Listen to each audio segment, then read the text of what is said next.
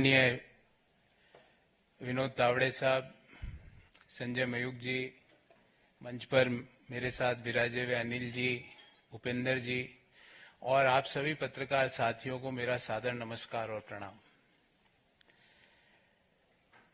मैंने एक पत्र भी सुबह सोशल मीडिया के विभिन्न प्लेटफॉर्म पर डाला, आप लोगों ने जरूर देखा होगा।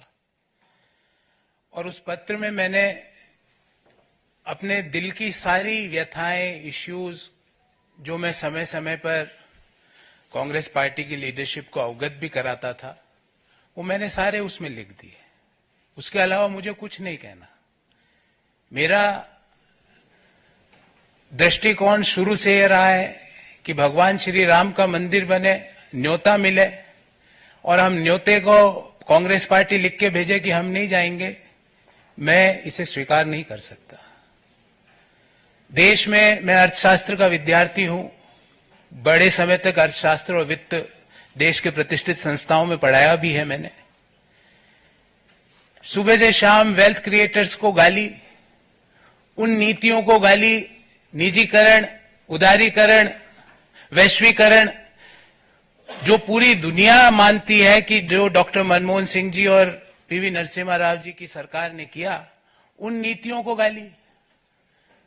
कोई बिजनेस करे उसको गाली, कोई विनिवेश में पार्टिसिपेट करे उसको गाली, एयर इंडिया कोई कंपनी खरीदे तो वो गलत।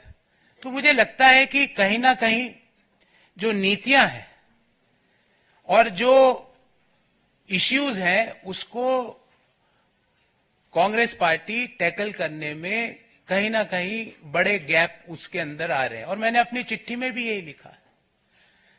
और मैंने प्रमुख कारण यह बताया कि मेरे में इतनी ताकत नहीं है कि मैं सुबह से शाम बैठकर वेल्थ क्रिएटर्स को गाली देता फिरूं, मैं नहीं दे सकता।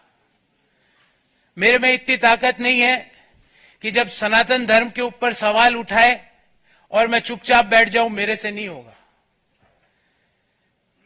कांग्रेस पार्टी के नेताओं ने, कांग्रेस पार्टी के जो अलायंस पार्टनर्स हैं, उन्होंने सनातन धर्म के ऊपर बड़े बड़े प्रश्न उठाए, क्यों उसका जवाब नहीं दिया गया?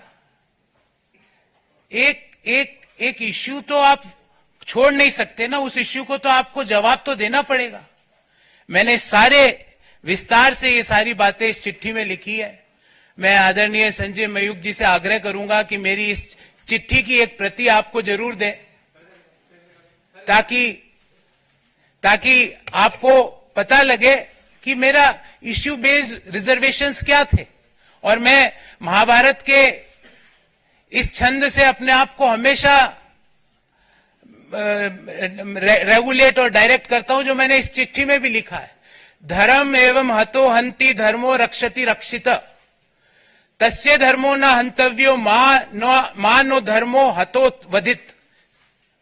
अर्थात धर्म के मामले में आप चुप्पी साध लो, जो गालियां दे रहे हैं सनातन को आप चुप्पी साध लेते हो, वेल्थ क्रिएटर्स को जो गाली दे रहा है आप चुप्पी साध लेते हो और उल्टा गालियां दे रहे हो।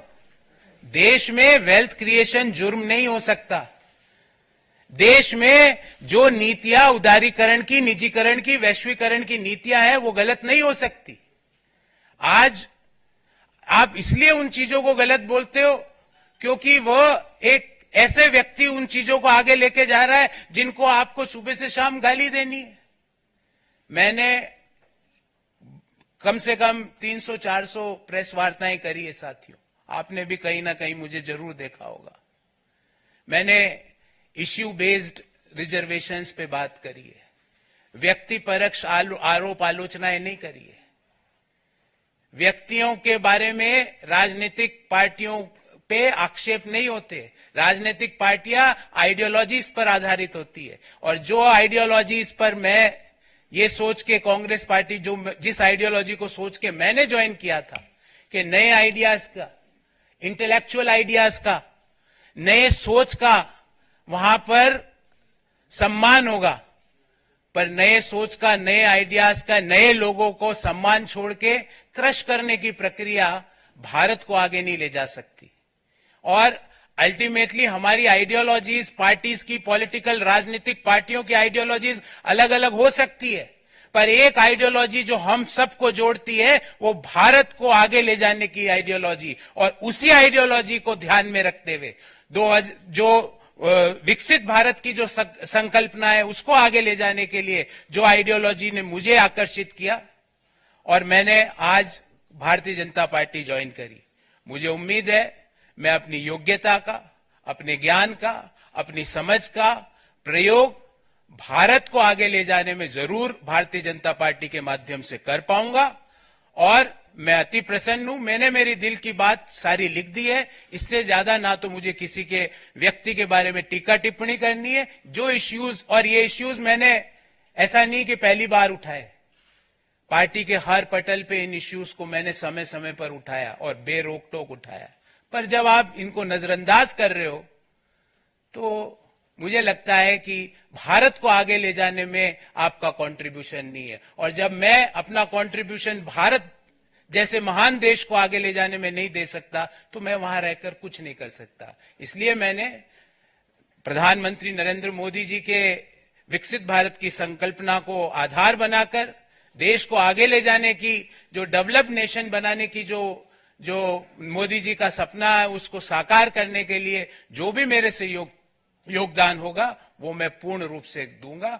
इससे ज्यादा मैं आज आपसे कुछ नहीं कहना चाहता। बहुत बहुत धन्यवाद, बहुत बहुत धन्यवाद तावड़े साहब, संजय जी और आप सभी लोगों को जिन्होंने मुझे ये अवसर दिया।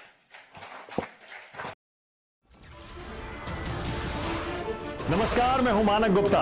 अगर आपको हमारा ये वीडियो पसंद आया हो तो इसे लाइक और शेयर जरूर करें, और हां, हमें सब्सक्राइब और फॉलो करना ना भूलें ताकि आप देश और दुनिया की कोई खबर मिस ना करें।